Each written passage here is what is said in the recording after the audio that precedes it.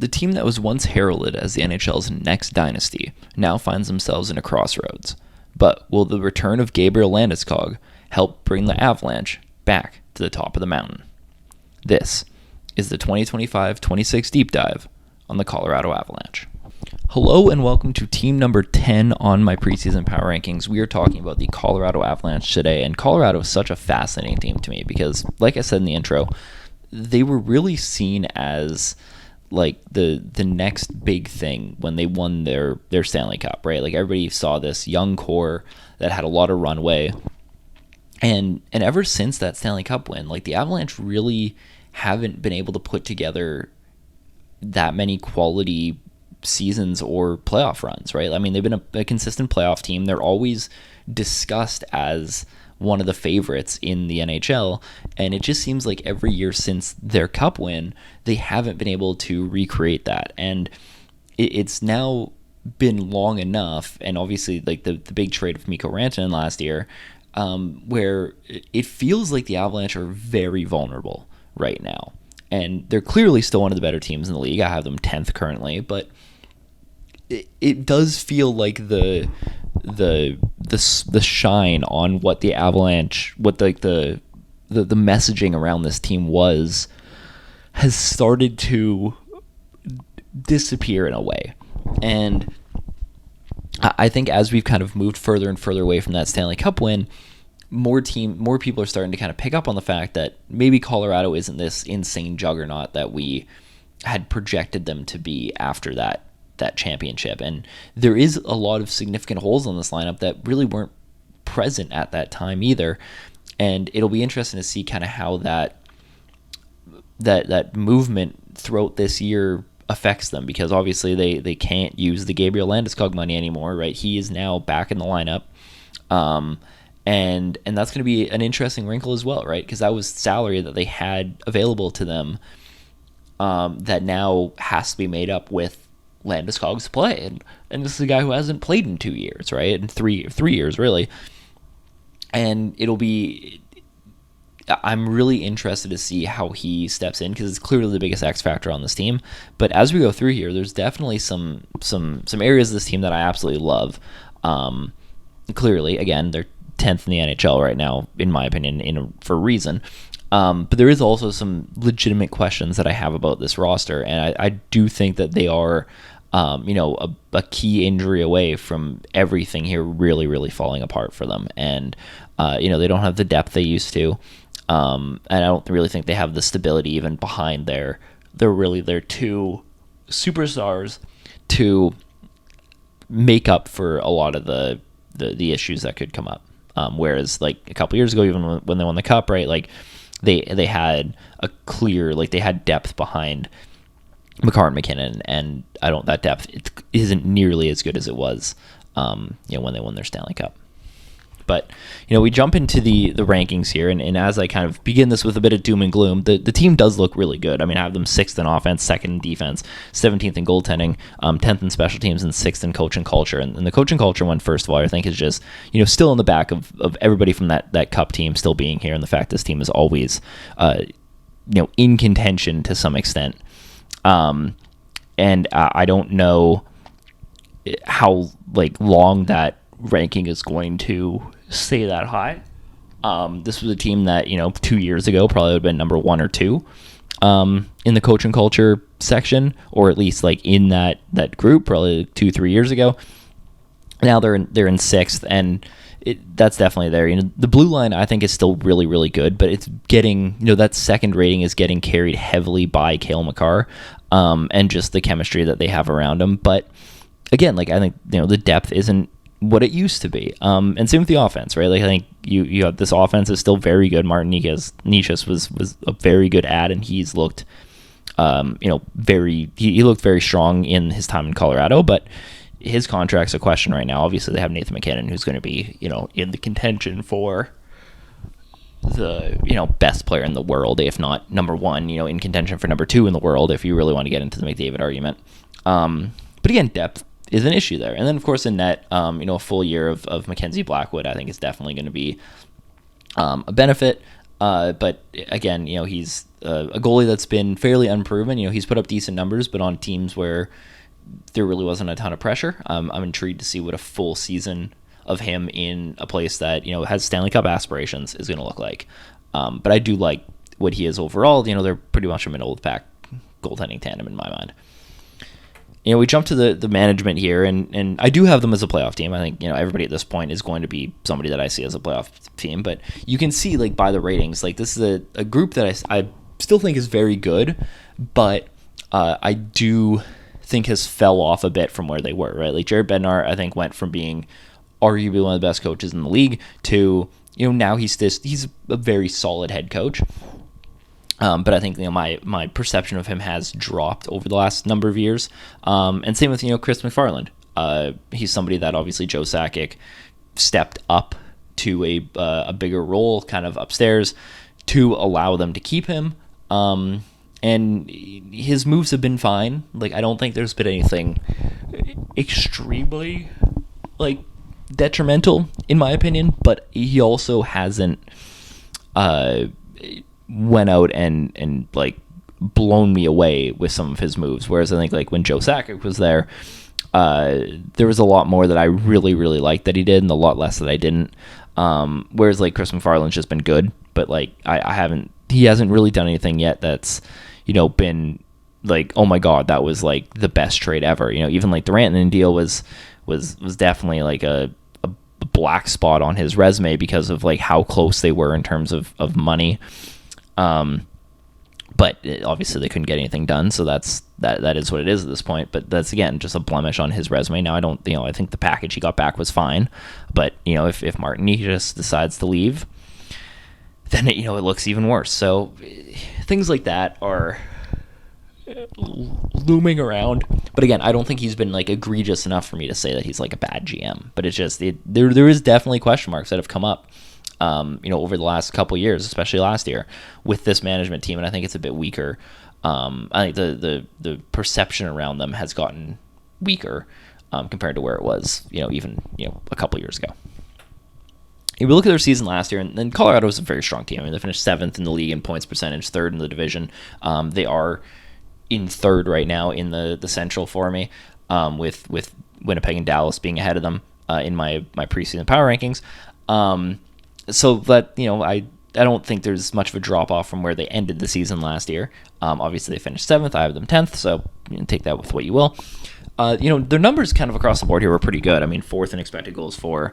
Evolving Hockey has them a bit lower than that, closer to where their actual goals for was. But, 15th in goals for is pretty, league average in terms of their goals against. Same thing. 12th in goals goals against, 9th in expected goals against. Evolving Hockey has them probably a little bit higher than 9th.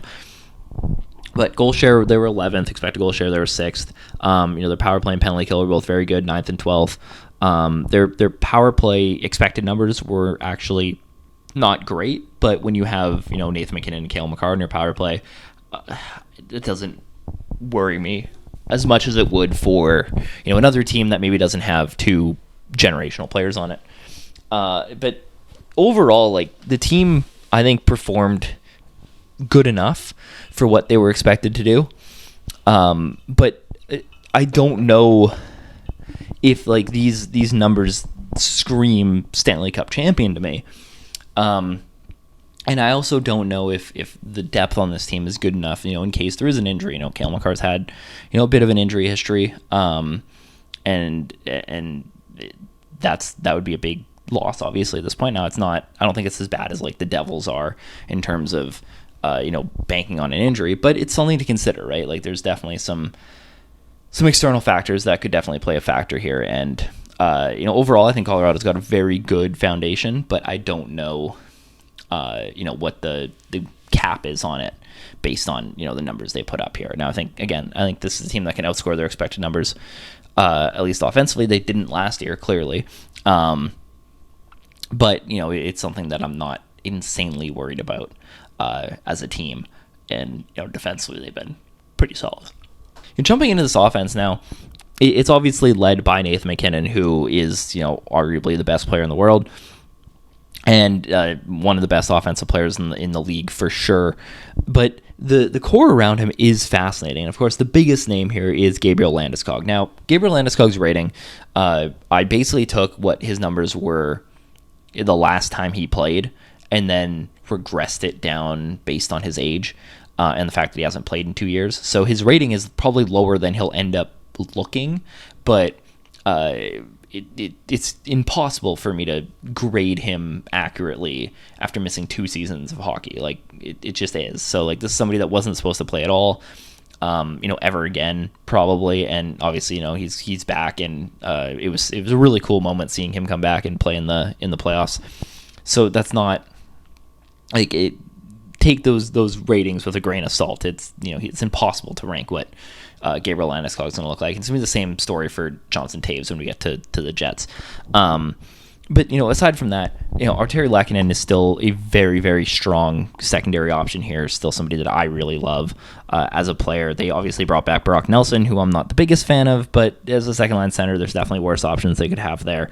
Martin Necas, obviously, I just kind of discussed in the opening, it would look exceptional with the Avalanche, but his future is questionable. Determined, what's going to happen there. The depth on this team, like I said, it's not as deep as they were, and I think the thing I mean by that is that when you think about the Stanley Cup winning Avalanche teams, right? Like they had very much the same Tampa Bay Lightning build where their third and fourth lines also had like a very good like play driving scoring touch, whereas like the Avalanche now are kind of lacking that, right? They have some really good defensive forwards, right? I really like the Victor Olofsson signing. I think that was a good pickup, but Parker Kelly doesn't bring much offense. Jack Drury and Logan O'Connor don't as well, and even aside from that, like Ross Colton's fine, but there isn't really that high end secondary scoring touch on this team that they used to have. And although I don't think it's bad, I definitely think that it's not as strong as it was a couple years ago, and that does concern me with this offense overall. Although I do think that the defense on them is going to be pretty good. I mean, they put up really good defensive numbers last year. I don't expect that to change much. We start with Nathan MacKinnon, man, and the Nathan MacKinnon thing is fascinating to me because his scoring did go down last year in terms of his finishing ability, but like he still is one of the best finishers in the league. Even with that, his ability to create offense is phenomenal. It's arguably the best in the league. I think when we're talking about him offensively, he's absolutely in the discussion for the best player in the world. And his power play numbers are phenomenal. Like all his offensive numbers are exceptional. The biggest part of his game that I think is lacking is his defensive ability. It did take a big jump in 23-24, but other than that, he's been pretty pedestrian, especially for first line player standards. It's not bad, but it's definitely not world beating as a two-way player. But overall, I mean, like Nathan MacKinnon is going to be one of the best players in the league every single season. Like that's just how it's going to be, right? Like if he's playing and he's healthy, he's going to be in discussion for the Hart. He's going to be in discussion as the number one player in the league. All these things are pretty like they're formalities at this point, right? Like we all know what you're gonna get from Nathan MacKinnon year over year. The worry that I have in terms of the Avalanche is just kind of like what's around him, right? Like this is the worst supporting cast he's had since this. Like in this new Colorado contender window, right? Like obviously like the teams that he started on were awful, but like in terms of like in his prime in like the championship window, this is arguably the worst roster they've had, especially up front in terms of scoring, right? Like there's no secondary help with guys like Kadri. I mean, Nichushkin is doesn't look as good as he used to. Artturi Lehkonen's really good, but he might be your second, if not third best winger on this team. You have a banged up Gabriel Landeskog. You have no idea what you're going to get out of him. Obviously, Mikko Rantanen's gone. So there is questions about the supporting cast here, but like in terms of what Nathan MacKinnon's going to do, he's going to be near the top in the league in points. He's going to be in contention for best player in the world. There's no real concern I have with MacKinnon and having that stable force on your offense. And we've talked about some really, really good players so far in terms of, forwards. This is easily the best forward we've talked about in this series so far. I'm pretty confident in saying that. We have one more that we still need to touch on, which we will get to. But in terms of, at this point, Nathan MacKinnon's he's like the safest bet that I can make in terms of like knowing what I'm going to get from him. So there's no real concern here. And that definitely does boost what the Avalanche cap is as an offense, right? When this is your main guy, your ceiling is pretty high just by virtue of having him on the team. So there's really no concern there, and that is him and Makar are really the reason why the Avalanche are always going to be in the contention, just by virtue of how good they are as individual players. Another really interesting player here is Martin Necas, who they brought in, and his numbers are incredible in terms of his microstats. He is a microstat merchant. Now his on ice results aren't necessarily matching up to him being like one of the best players in the league. If you're watching this on YouTube, like the amount of blue that's popping out on his chart right now is phenomenal. But like he really is exceptional in so many different areas. And especially when he got to Colorado, like especially once he arrived there, his numbers like jumped up even more. It really was kind of the opposite of what happened to Rantanen, where like Rantanen went to Dallas or to Carolina, and then he really regressed heavily just because the system was so different. Martin Necas stepped into Colorado and he fit like incredibly, and you really see that here in the splits, especially compared to where he was, and pretty much everything that he was struggled with in quotes, because Martin Necas was still really good. But everything he struggled with in Carolina, he really improved on, essentially, in Colorado, especially offensively. And I really do think that like getting him signed should be a priority for the Avalanche because of how well he fit last season. Now, I'm interested to see if that continues going into this next year. But making sure that he doesn't leave is something that I'd be like Chris MacFarland should absolutely be hammering, because one, it would make the Rantanen trade look even worse if like the key player that you got back in it didn't re-sign and then you're just left with nothing. Jack Drury is fine, but he's not, he shouldn't be the centerpiece in a Mikko Rantanen trade. But you also really need to like make sure that you can keep some cohesion going here if this is like truly still your window, right? Like losing him would mean they have to kind of reset the deck and try to replace that production. And maybe there's a big 87 shaped shadow over the team that could replace that production, but who knows? I mean, that's obviously speculation, but we talk about Sidney Crosby potentially being on the market, and obviously his relationship with Nathan MacKinnon is what it is. It's a possibility, right? Like if a Crosby trade is going to happen, Colorado is near, if not at the top of that list of teams, right? And it's not a very long list. I don't think that he'd have 15 teams that he'd want to go to at this point in his career, but Colorado's certainly a team that would be intriguing. But again, that's all speculation. I don't even know if that's going to happen. I'd bet on him probably just retiring as a Penguin, but who knows? The NHL is a different place than it was a decade ago. But the point is this, is that Martin Necas is very, very good, and he needs to make sure that he can continue to be a excellent supporter for this team. And, getting him locked up for more than one season is going to be important for them, because if you have to replace, his production after using him to replace Rantanen's, you're going to keep downgrading essentially, unless you overspend for somebody else.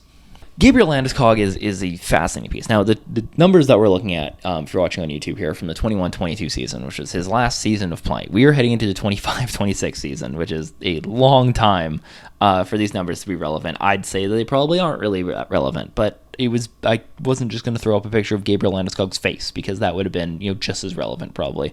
The thing here is like the likelihood of Gabriel Landeskog being worth the value that he's going, like worth his contract, is extremely low, right? Like the odds of that happening probably aren't going to, like he's not going to make up the $7.5-ish million of his contract.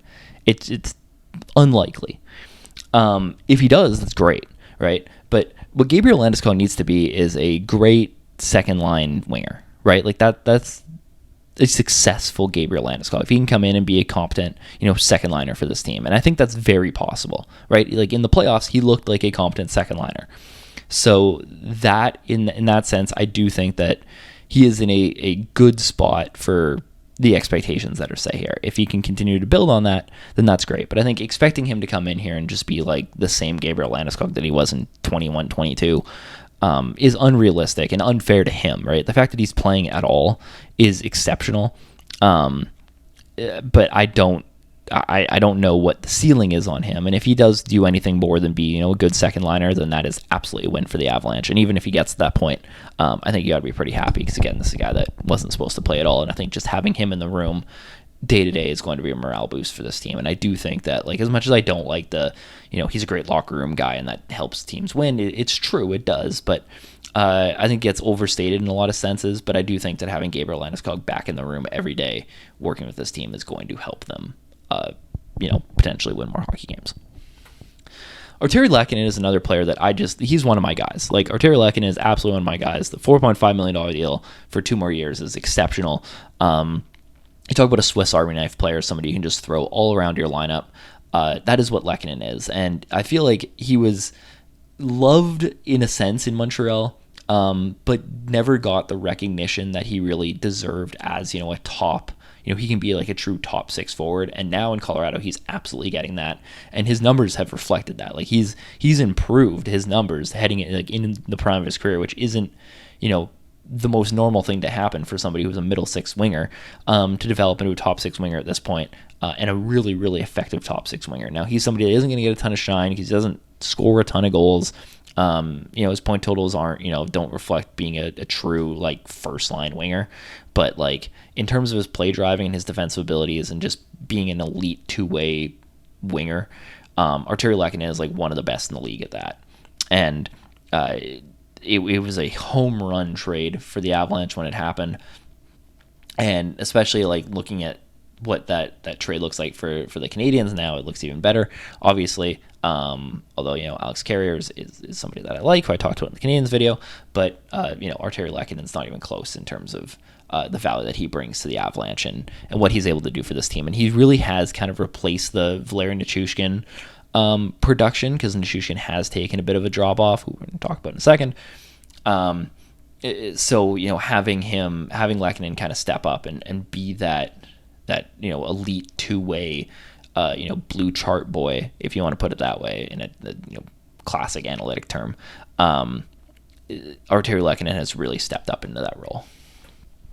Brock Nelson is somebody who I'm not like the biggest fan of.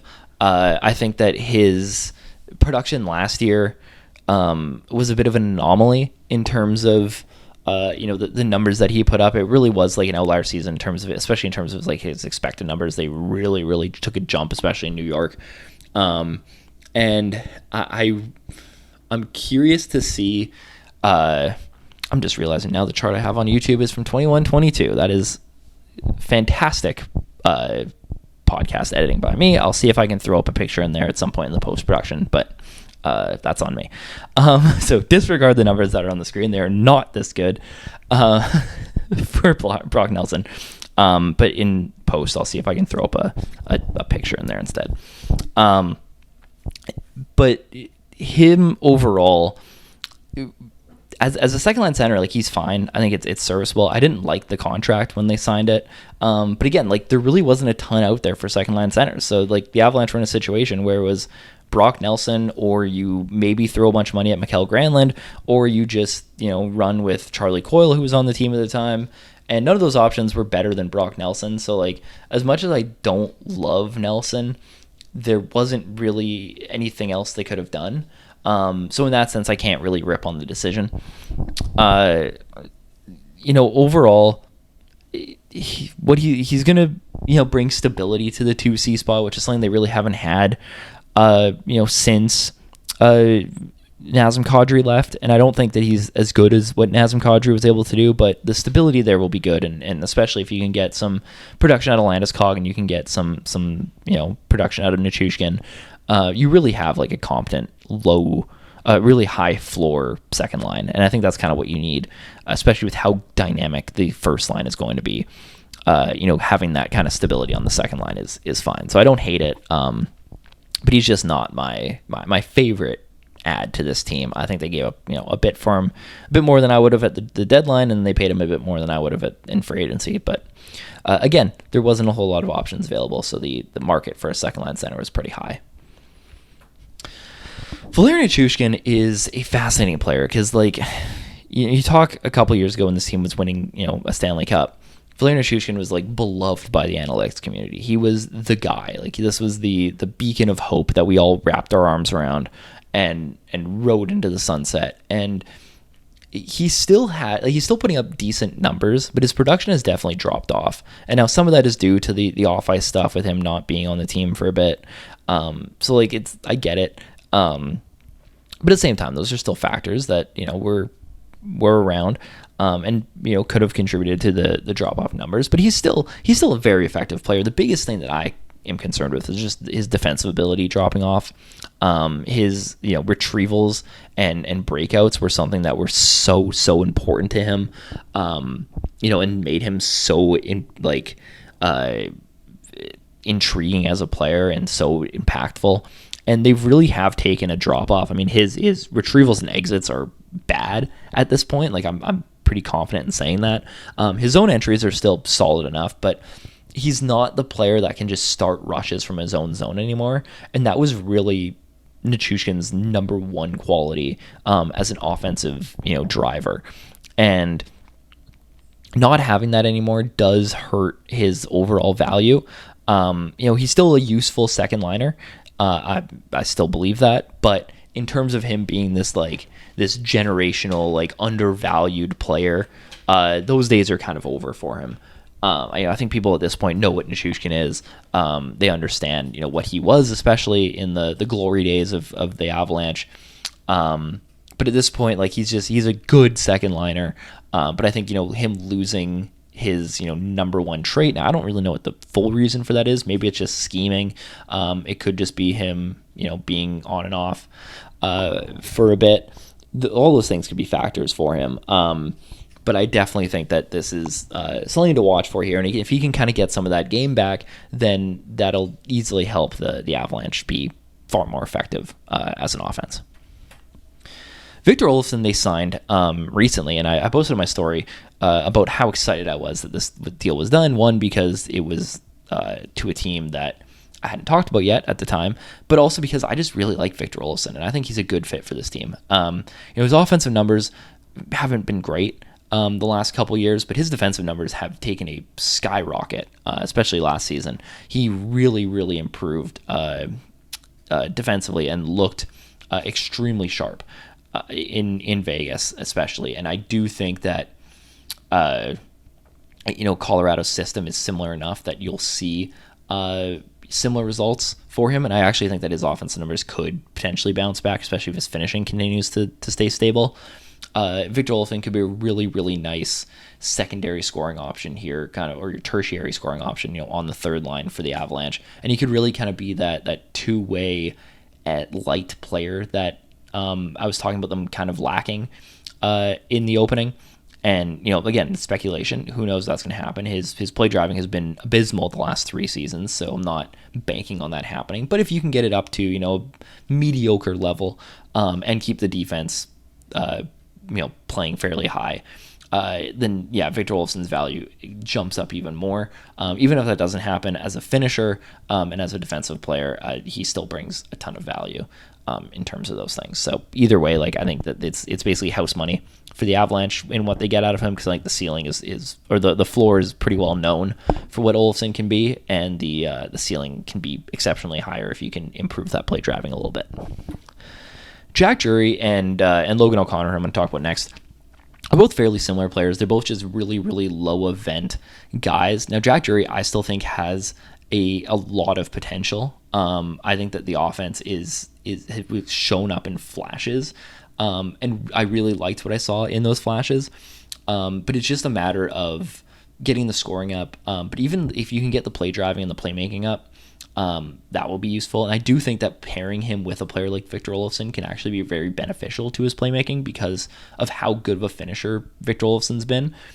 if you can, get some a bit more playmaking out of what Jack Drury is, and it's something that he's shown in spurts. It hasn't been something that he's been able to do sustainably, but we've seen in small doses that Jack Drury can be a pretty solid play driver, and if he can get that to a sustainable level and he can improve his playmaking, playing with somebody like Victor Olofsson could be very, very beneficial to him, in a bottom six type role.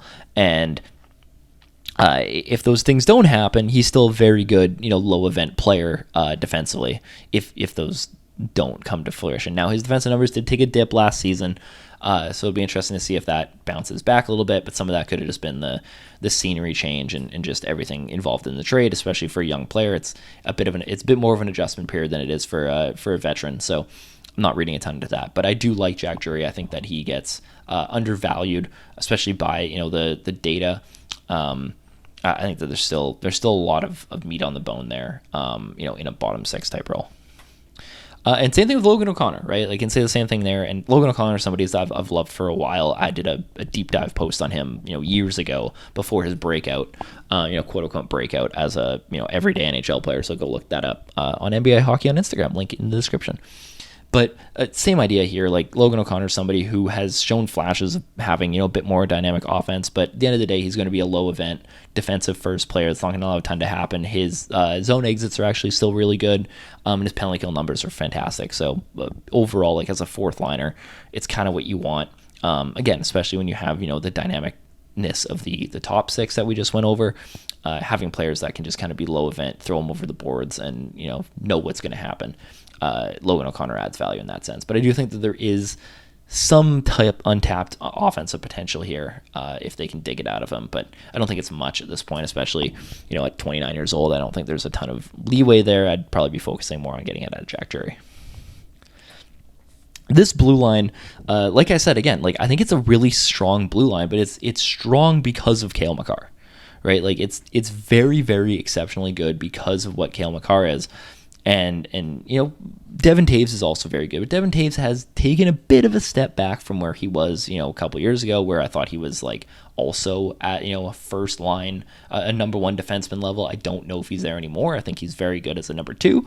But the number one defenseman side of him is probably gone at this point. But I mean, Cale Makar, one of, if not the best offensive defenseman in the NHL. Same thing with Nathan MacKinnon. But even the depth on this team, like Sam Girard, I think gets undervalued by a lot of people. I really like Sam Girard. He just needs to be, fully healthy and play a full season. I also really like the Brent Burns addition to this blue line. I think that there's still a ton of offense left in Brent Burns. If you want to use him as, a second power play guy, use him situationally. Now you have to scheme around him a little bit because the speed just isn't there anymore. But, his defensive numbers aren't, they're not incredibly like crater bad. They're not great. But I do think that, these are areas of this team that are solid enough. I do like the Brent Burns edition. I liked it at the time. They also have Josh Manson and Sam Linsky, both guys that I like. But as depth, they're solid in that role, but I don't think you're going to get any like insane value out of those guys. But I do like both of them. Sam Linsky especially, I think that's a good contract, and he's got still some potential to get out of him. Cale Makar, I mean, what is there to say about Cale Makar, man? I mean, he is just so good. Like everything that you need offensively, Cale Makar is just arguably the best defenseman in the league at, right? Like basically everything. The only thing that he maybe is not, he's in the top 75 percentile in is his rush offense, but everything else is just, he's so good at just setting up offensive opportunities. He's so good as a puck handler. He's so dynamic. He basically plays as a fourth forward on the ice, which makes things exceptionally difficult for defensemen or defenders to cover, because just if you're playing zone, the zone movements move around, and now you have to react to that. Sometimes your winger at the top can drift down too much, and that opens up passing lanes. It opens up shooting lanes.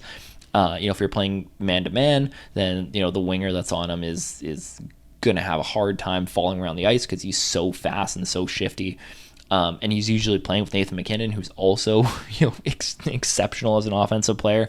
So, like, Cale Makar just sets up so many matchup nightmares for teams, and he's so unique in that aspect, right? Like, I think in terms of production, We talk about, is Hughes or Makar better as an offensive producer, and that's a value. That's a valid argument to have. But in terms of like his skill set, there's really nobody like Cale Makar in terms of what he can do as a puck handler and as a disruptor to a defensive system, and that's where the value really comes from. And he's so unique as a player, and it's crazy we get to watch somebody like this play. I mean, Cale Makar is one of my favorite players in the league, as he is probably for everybody outside of a person who hates the Avalanche or a Canucks fan because they want to have the Quinn Hughes debate, which again, like, I don't have much time for. I rated them the same, I think, in this, so like I didn't even pick a side. But like their skill sets are different enough, and Cale Makar is just so special as a puck carrier and as a skater, and it's a joy to watch him as much as I can. Devon Toews, as I talked about, has taken a bit of a drop off here. I mean, he is 30, so like it makes sense. The 7.3 for 6 more years is probably not going to age the best by the end of it. But for now, I mean, he fits perfectly with what Cale Makar is. And I mean, Devon Toews is, again, just somebody that I've been banging the drum for forever since his early days in New York, where everybody just saw him as a 4th, 5th defenseman, and then Colorado makes a trade for him. Nobody really bats an eye at it, and then all of a sudden he immediately becomes a insane top pair defenseman. The numbers work, folks. Just saying. But in terms of what he is, like his offensive numbers especially have really cratered the last couple years. Now I still have faith in him, bouncing back. Like they've cratered in the sense that like he went from being a super underrated top of the league offensive creator a couple years ago to now just kind of good at it. His defensive numbers haven't cratered as much, but they've still taken a bit of a step down.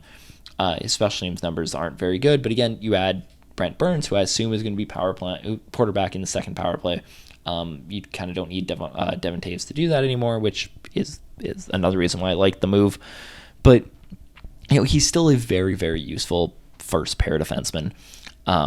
There's still a ton of value there, and of course, like he fits perfectly with what Makar's skill set is. And he's going to be on Team Canada. He does all these things. He's still like a top end defenseman in the league. I just don't think he's at the level now where if a team were to trade for him, he could be like an everyday number one defenseman for like a very good team. Whereas a couple years ago, he definitely was. But again, like he's getting older. That's not a shot at him. It's just a reality. And they don't need him to be a number one guy because they have, arguably the best number one guy in the NHL. So, and the depth on this team, again, like I said, is fairly decent. So in terms of like how he fits in this blue line, he fits very, very well. But it is something to kind of watch for as the decline starts to happen, just how much of an impact that'll have on, on the team success and Cale Makar as a whole. And, we're already seeing Makar's underlying numbers have taken a bit of a hit over the last couple years, but not enough for me to be, insanely worried about it. And again, like, I'm sure Cale Makar can play with anybody, but Devon Toews was just so perfect for him the last couple of years that you see any kind of decline and you start to overreact to it in some sense. Sam Girard is another player who I like. I like Sam Girard, and I think that he's a little overpaid. But he's 27. There's still growth here. He's still in the prime of his career. As a finisher, he's very good, especially for the third defenseman on this team. He just wasn't getting a ton of opportunity early on just because of how deep this blue line was for a while. I mean, they were just pumping out like stars. I mean, Connor Timmins was supposed to be like the next big thing. Obviously, Bowen Byram was here, and Sam Girard kind of got like lost in the shuffle, but he's the guy that Colorado consistently held on to. I think it was more or less the right decision. His offensive numbers have been decent. His creation numbers have taken a bit of a drop down, but in terms of his overall productivity, he's still a pretty solid offensive defenseman. Defensively is where there is a bit of a hole here. I definitely think that he's somebody who I could see, having trouble to match him, especially if you're going to, I assume that they're not going to run him and Brent Burns together. I feel like that would just be a disaster. So they'll probably go him and Manson like Puckpedia had. And I think that's definitely the best bet because Josh Manson kind of be the more defensively responsible player here. And again, you can kind of scheme around these guys. They did a good job of that last year. I expect that to be, more or less the same idea here. But I do think that Sam Girard gets unnecessarily criticized as a defenseman for some reason. But as a secondary option, I definitely really like him, and I think he fits what this blue line is overall. He's able to continue to help out in the play driving and getting the puck out of the zone, getting it up to these forwards. He does those things really well, and that's kind of what Colorado's whole offense is built around. So I think that's probably the reason why they kept him over some of those other players who weren't as good at those things. And so he does fit what they're trying to do fairly well. It's just a matter of like getting it all to kind of come together into, and make him, an even better defenseman than just, a good number 3. If they can kind of, hone everything together and really, get the best qualities out of him while protecting the defensive lapses and kind of the overall creation lapses. That would be like the best case scenario for what Sam Girard could be. Final guy I want to talk about here is Brent Burns, who's, first of all, the big thing that jumped out to me when I was looking into this was his penalty kill numbers are actually very solid. And I think a lot of that does come down to, we talked about this with a couple of the older defensemen here, where, the speed is gone, but the ability to still read plays is still very, very good, and your ability to react to those plays is still very, very good. And that's really the case with Brent Burns, especially when I kind of went through the film and took a deeper look at it, because the numbers kind of jumped out to me a bit, and you really saw that. Like, he was somebody who was able to kind of outsmart offenses and kind of be able to read what the next move was going to be before it happened, and that really helped him be a good penalty kill defender, because a lot of it is very stationary when you're playing on the penalty kill, whereas like 5-on-5, obviously there's a lot more rush opportunities, and he's getting burnt on those a lot more because they're a lot faster, and he has less time to react, and obviously his body isn't there at 39 years old. He's not going to be reacting in the same sense, but offensively Brent Burns is still going to be very good. There's no surprise there. His offensive numbers have been good his entire career. The shot doesn't really go away. His accuracy is still there.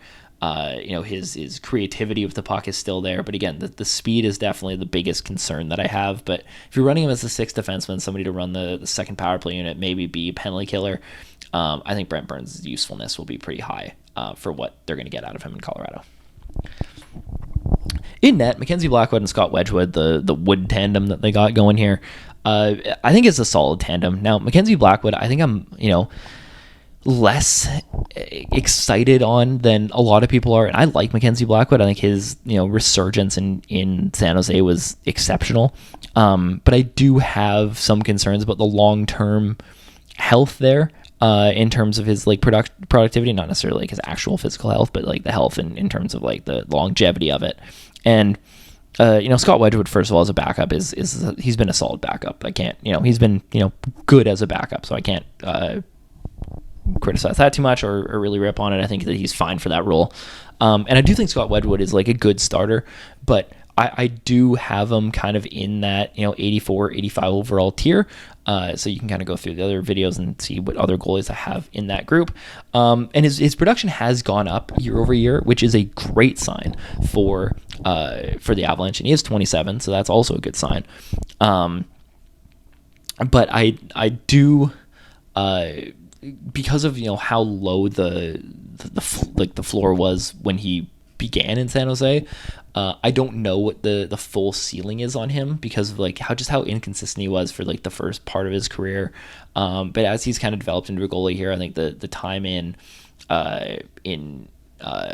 San Jose really, really helped him establish himself as a starter and gave him the confidence that he could do that. And I do think that's helped develop into like somebody who could be a full-time starter.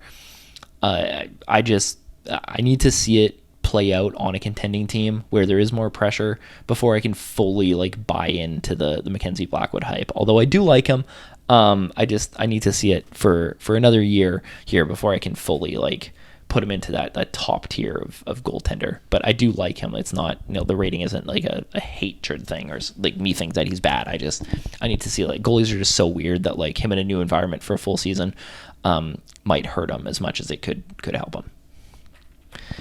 And the special teams, I mean, obviously this power play is what it is. We've seen it play out, ad nauseum here, just how good it can be. I do think that the penalty kill will be also pretty stable in terms of what they can do. I'd like to see them run Brent Burns on there just because his penalty kill numbers are so good. Puckpedia doesn't have him on there at the current moment. And then Mackenzie Blackwood is like one of the best penalty kill goalies in the league. His numbers, his goal saved above expected on shorthanded is exceptional over the last couple of years. So just some things to watch there. Like I do think that the special teams unit is pretty solid. Obviously the power play is going to be exceptional when you have McKinnon and Makar. You can't really screw that up in any sense. The penalty kill is something that I'm keeping an eye on to see how those some of the new players can enter themselves into that, a full season of Jack Jury, in there, Brock Nelson, a full season of as well. It'll just be kind of interesting to see who else might get some looks there. Maybe, Logan O'Connor gets a look on there. Like I said, maybe Brent Burns gets a look on there. It'll be interesting to kind of see what they move around with the penalty kill. And I do think it's a fairly fluid unit because there's, it's pretty, again, high floor, but I think that there's definitely some movement that can be made there to potentially get it to be even a higher ceiling. So there we go. That is team number 10 on my power rankings. Like I said, Colorado is just kind of on the fringes of being one of those Stanley Cup contenders for me. Obviously, when you have McKinnon and Makar, you're going to be, a very good team. It's be really hard not to be. But I do have some concerns about, what the ceiling is on this roster. And we'll see what happens here. I think that they're more vulnerable than they were a couple years ago. And I think people, the general public, starting to kind of pick up on that as well. But let me know what you think of the Colorado Avalanche down below. Let me know what you think of their roster overall. If you like the video, leave a like and subscribe to catch the other 9 videos in this series, as well as all the content that will be coming out throughout the entire season and beyond. Thank you for watching, and we'll see you for team number 9.